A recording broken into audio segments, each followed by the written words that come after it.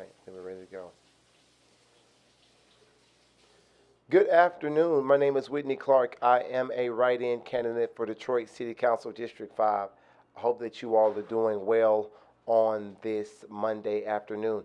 I wanted to bring you some information that I saw on my timeline as we are constantly trying to make sense of the ever-changing political headlines, and whenever we have an opportunity, we try to connect the dots as to how what's going on, in the Middle East, excuse me, has impact on the lives that we live here in the homeland, if you will. But I do want to address this really quickly and just bring this out so that again we can have really both sides or more diversity of thought. Um, you know, when we are trying to make sense of kind of how we feel. I kind of coined this phrase while I was thinking about this today. I said to myself, in the world of alternative facts, the truth at some point becomes about the narrative that you want to believe. The truth is is becoming more about it's becoming less and less about the information that we hear and more about the people that are telling the stories or the sources. And so at some point, the truth is what we want to believe. You can find a lawyer that says, you know, killing someone under these circumstances is it a crime. You can find a lawyer who looks at the same scenario and says, killing someone under these circumstances is a crime, right? It's really almost not a matter in the information stage. We've got access to the information that we want to hear. So it's imperative that we are challenging ourselves, the narratives that we understand to be the truth. Let me get to this really quickly here because we have what is being called the Crown Prince of Iran, you know, coming to the forefronts here, saying that he's ready to lead a new regime. And again, we're addressing this because we understand that there is some anti-American sentiment around our positioning and really, quite frankly, our actions here in the Middle East. And so we want to hear from someone um, here in Iran, and let's let's check it out and talk on the other side. My fellow compatriots, our beloved Iran has been dragged into a devastating conflict, the architect of which is none other than Ali Khamenei and his corrupt, destructive faction. He has driven our nation's economy to the brink of collapse, plundered our national infrastructure and resources, squandered the nation's wealth on developing nuclear weapons, shattered Iran's security, and stolen the sovereignty of the Iranian people. This regime is defeated, teetering on the edge of collapse, and must not be allowed to continue. The time has come to end this ruin and begin a new era for Iran. This is a new dawn for Iran.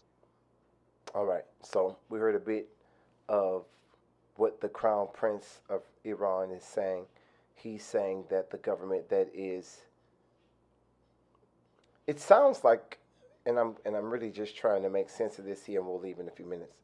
Um, it sounds as if, and this is for lack of a better term, there is a regime that exists in Iran that is comparable to the MAGA regime here in the United States, in that there are people that accuse our current president of trying to be a dictator, of trying to be an authority,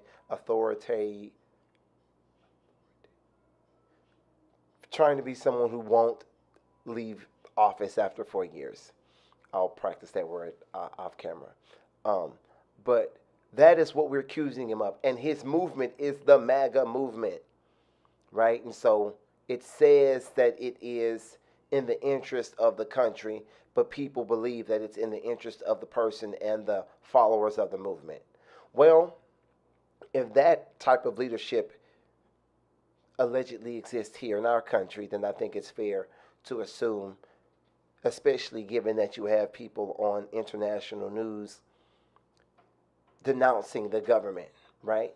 And so that's something that you don't have here in the United States. You don't have the KKK on the international news. You don't have Antifa. You don't have, right? You know, factions and parties of our society, our government that do exist. They don't get this type of platform. And so I think it's fair for us to at least acknowledge this person as a noteworthy figure and as someone who has the license to speak on behalf of these people given the platform that he's on. Let's check out something else that he's saying here. But he's saying the regime is harmful to the success of the country. And I think that's important to establish because we hear people in, like here in the States, with an anti-American sentiment, and their position is, you know, we side with the people of Iran. That like we side with the people of Iran. We side with those people. And in siding with them, we are against our own country, our own government, our own, you know, leadership. But what this gentleman seems to be saying is that if you are for the people of Iran, then you may be for the government of the United States because they are the, you know, the people, if you will, that are bringing our government, which is a MAGA type of government in Iran, to its knees. Let's see what we have here. There is only one way to achieve peace: a secular, democratic Iran. I am here today to submit myself to my compatriots to lead them down this road of peace and democratic transition. I do not seek political power, but rather to help our great nation navigate through this critical hour towards stability, freedom, and justice. Message for Ali Khamenei: step down, and if you do, you will receive a fair trial and due process of law, which is more than you have ever given any Iranian. Wow. All right. So, again, we have just something else to consider as we make sense of what's going on in the Middle East, right? Just something else to consider. And if you're willing to consider this information and see this person as a voice that at least deserves a listening ear, then what he's saying is that the government itself is corrupted in a way that is unhealthy for the people of the country, which every government is almost entitled to a measure of unfavorable behavior if it is to the benefit of the people of their country. Now that's a deep comment. We can debate about where that line is and the context for every country. But in theory, people should be able to go the extra mile for their citizens. It's an issue when your corruption, corruption in itself is cheating the system. So your corruption cheating the global system doesn't even benefit your people, right? I think that's kind of something that the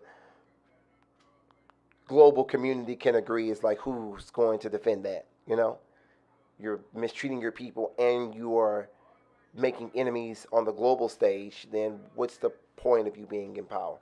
And so again, we're assuming that this guy is, not whatever, some type of plant from the American government. We don't know, but we are again in the process of trying to process it. But I do want to ask you this: why do you have an anti-American perspective on this? And if they've got a MAGA party and we've got a MAGA party, whose MAGA party do you prefer? Which is a different comment or a different statement or a different question from, is our MAGA party good? That's not the argument that we're having. But what appears to be happening is their MAGA party is fighting our MAGA party. And if we've got to choose between two MAGA parties, I'll choose the more American MAGA party than the less American MAGA party.